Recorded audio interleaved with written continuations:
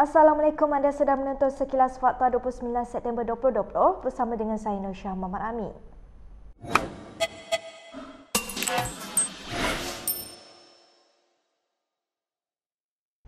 Pengerusi Perikatan Nasional Sabah Haji J. Muhammad Noor mengangkat sumpah sebagai Ketua Menteri Sabah yang baharu pagi ini.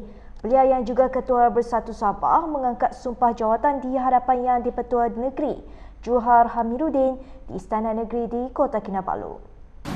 Saya Haji J. bin Haji Noor setelah dilantik ke jawatan sebagai Ketua Menteri Negeri Sabah adalah dengan sesungguhnya mengangkat sumpah bahawa saya akan menunaikan kewajipan-kewajipan saya sebagai demikian dengan jujur, dengan segala daya upaya saya, bahawa saya akan menumpahkan taat setia yang sebenar kepada negeri Sabah dan kepada Persekutuan Malaysia. Haji J akan dibantu 3 timbalan iaitu Pengerusi BN Sabah, Bung Mohtaradin, Presiden Parti Solidariti Tanah Airku Jeffrey Kitingan dan Naib Presiden Parti Bersatu Sabah Joaquim Gunsalam.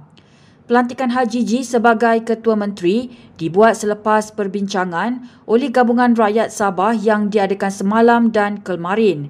GRS memenangi pilihan raya negeri pada Sabtu lalu dengan memperoleh 38 kerusi daripada 73 kerusi Dewan Undangan Negeri. Selain itu, gabungan itu juga mendapat sokongan 3 adut bebas. Sementara itu, Bersatu dan UMNO dilihat sedikit berselisih sebaik sahaja Kerajaan Baru Sabah mengangkat sumpah pagi ini. Bagaimanapun, ia berjaya diredakan selepas Haji J setuju menukar portfolio timbalannya, Bung Mohtaradin dan Timbalan Pengerusi Bersatu masih dimajun. Bahawa timbalan Ketua Menteri 1 merangkap Menteri Kerja Raya ialah Datuk Bung Mohtaradin. Sementara Menteri Kerajaan Tempatan dan Perumahan dan juga merangkap Menteri Kawanan Kedua ialah Datuk Seri Panglima Masidi Manjun. Saya menunjukkan khidmat Datuk Seri Masidi Manjun membantu saya dalam kawangan, terutama sekali untuk memulihkan ekonomi negeri Sabah dan juga menghadapi pandemik COVID-19 ini. Bagaimanapun, Haji J menafikan bahawa pertukaran portfolio di antara Bung dan Masidi adalah disebabkan masalah dalaman dengan UMNO. Dalam satu sidang media yang berasingan selepas itu, Bung turut menafikan dakwaan itu. Dia bukan isu, dia cuma miskomunikasi ya, communication. Well, we are happy. Now we are part of the government, so our responsibility is to help the government and to develop the state government and the people. Walaupun Muhammad Syafiq Abdal belum secara rasmi mengaku kalah dalam pilihan raya negeri Sabtu lalu, beliau tidak akan mengajak adun lawan berpaling tadah. Menurut sumber kepada Malaysia Kini, kebanyakan adun Warisan Plus juga sudah menerima hakikat bahawa mereka kini berada di barisan pembangkang. Warisan dan parti sekutunya gagal mengekalkan kerajaan Sabah pada PRN Sabtu lalu apabila memenangi 32 kerusi daripada 73 kerusi DUN Sabah. Gabungan Rakyat Sabah membabitkan BN, Perikatan Nasional dan Parti Bersatu Sabah memperolehi 38 kerusi. Jumlah kerusi yang diperlukan untuk mendapat majoriti ialah 37. 3 wakil rakyat bebas yang menang kini menyokong GRS. Terdapat spekulasi Syafi'i berusaha menarik sokongan wakil rakyat di pihak lawan, manakala PBS mendakwa ada adunnya diganggu oleh Warisan agar menyertai mereka. Bagaimanapun, sumber Warisan Plus menafikannya. Pada masa sama, ada juga dakwaan wujud usaha mengajak adun Warisan Plus agar berpaling tadah. Namun, Muhammad Syafi'i mendesak mereka untuk bertahan dan terus berjuang. Ditanya mengenai apa perancangan akan datang Warisan Plus, sumber itu berkata mereka akan terus bekerja sebagai pembangkang. Baik, sekiranya anda menyukai laporan berita dan analisis yang kami sampaikan, anda boleh klik pautan yang kami sertakan di bawah untuk memberi sumbangan bagi menyokong kewartawanan bebas. Kita ke berita seterusnya. Setiausaha politik Presiden PAS Shahir Sulaiman hari ini memberi nasihat mesra kepada Ketua Pemuda UMNO Ashraf Wajdi Dusuki agar tidak mengungkit isu pengorbanan parti. Kata Shahir, jika mahu mengungkit, PAS lebih banyak boleh melakukan hal itu berbanding Pemuda UMNO. Terdahulu, Ashraf memberi komen balas terhadap satu kenyataan yang dibuat oleh Ketua Pemuda Bersatu Wan Ahmad Faizal Wan Ahmad Kamal. Ekoran kemenangan Gabungan Rakyat Sabah dalam pilihan raya negeri Sabtu lalu, Wan Faizal mendakwa Perikatan Nasional tidak dibebani dengan isu legasi atau defisit kepercayaan berbanding parti lain kerana masih baru.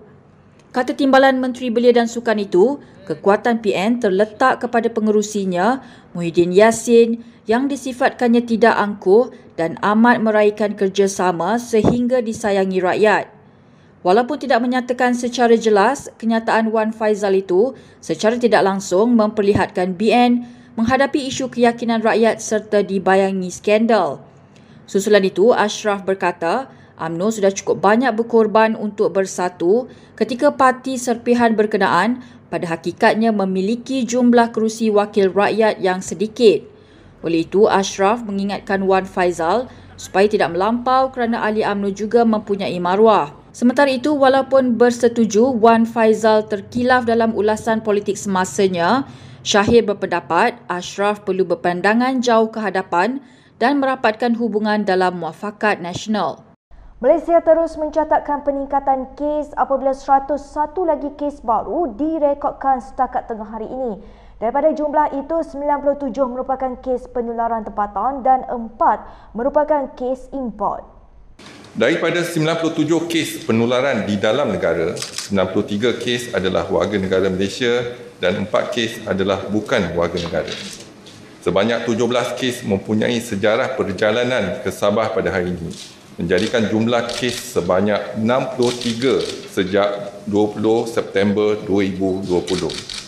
Jumlah kumulatif kes positif COVID-19 di Malaysia kini adalah sebanyak 11,135 kes dengan kes aktif sebanyak 1,062 kes.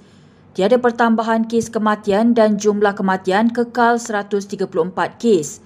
Sementara itu, 4 kluster baru turut dikesan hari ini iaitu kluster Jalan Bomba dan kluster Jalan Utara di Sandakan, kluster Binting PK di Selangor dan kluster Bakawali di Johor. Adun Kerajaan dan Pembangkang hari ini sepakat membantah cadangan Kerajaan Selangor untuk menyahwarta sebahagian besar hutan simpan Kuala Langat Utara untuk projek pembangunan. Dalam sesi town hall di Pulau Keri pagi tadi, Adun PKR untuk Bukit Lanjan Elizabeth Wong, Adun Sejangkang dari PAS Ahmad Yunus Hairi dan Adun Banting dari DAP Lau Weng San antara yang berdiri menyuarakan pandangan mereka. Menunjukkan ucapannya kepada Exco Negeri Hiloi Sian, Elizabeth Wong menyatakan kekecewaannya kerana cadangan nyahwarta itu melibatkan salah satu dari 4 paya gambut yang masih ada di negeri itu. Tapi YB dan juga semua exco dan juga agensi-agensi kerajaan, jangan takut. We must have the courage of conviction. We have been voted in here to be government to change. Kita nak ubah. We cannot be like the governments before. Jadi gunakan daya politik, gunakan keberanian dan kita akan berdiri bersama dengan YB dan juga Kerajaan Negeri Selangor menghalang hutan simpan ini dinyahwarta. Sekian, terima kasih semua.